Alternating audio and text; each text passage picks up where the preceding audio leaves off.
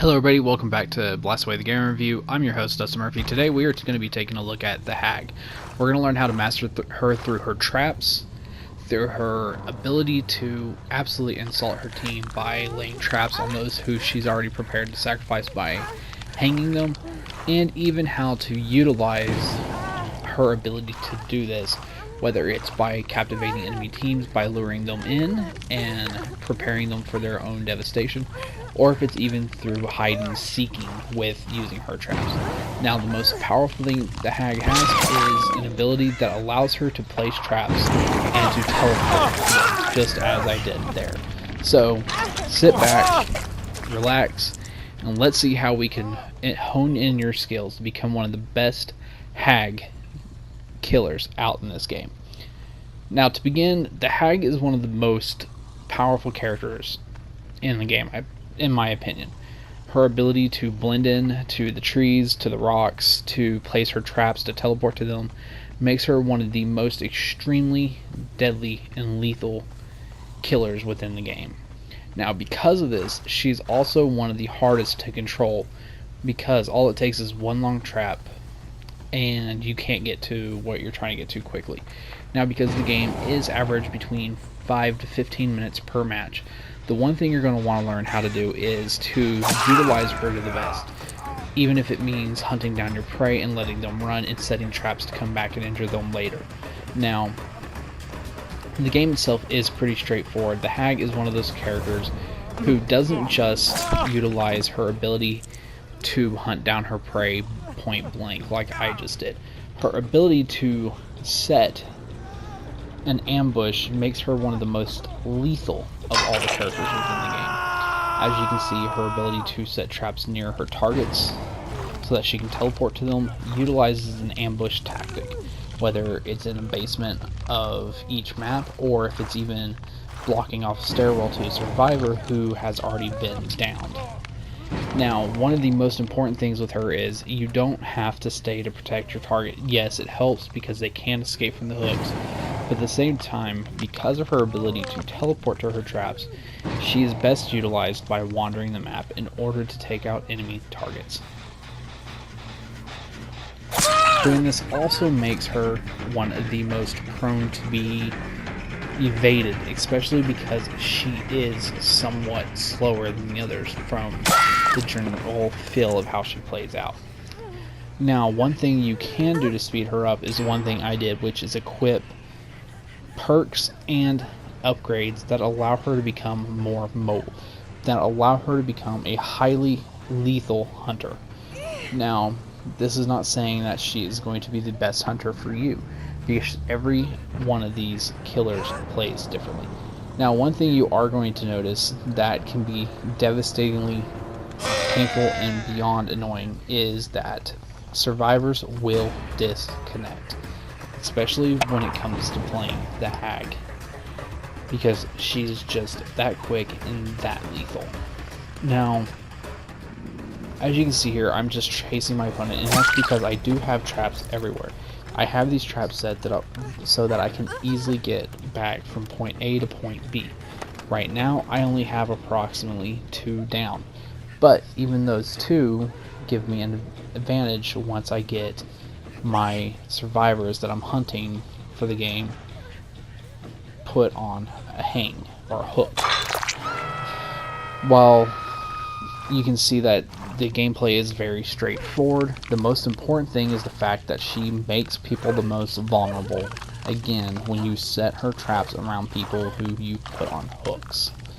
Because of this, she can actually utilize her ability to transfer from one place to another very elegantly and become one of the most devastating characters. As you can see here, I'm not scared to hang around my target in an area where I can't quite see, because I will be warned when somebody triggers my traps by multiple Hags spawning up that I can go to. Now, they won't attack the opponent, but they will give me a little bit of time and advancement to get back to rescue, or even devastate, I should say, my objective. Because my objective is to kill survivors, that is going to be the most important thing I actually can do at this point. Now, because I do have a tendency to see survivors run off, the most important thing you'll be able to do is to just let your survivor hang with your traps around them. Now, there are different approaches to how she can play. You can set her traps near generators to possibly hunt down the survivors that you want. You can even go as far as to setting your traps near where other survivors have been so that you know what trap they're triggering and what their proximity is. The best for me is I use my traps as a booby trap for those whom I have actually captured. While this may not work for everyone, it is okay to experiment a little bit and get a general feel. Now, if you can figure her out, there is another killer out there that you can learn, which I believe is called the Hunter or the Butcher.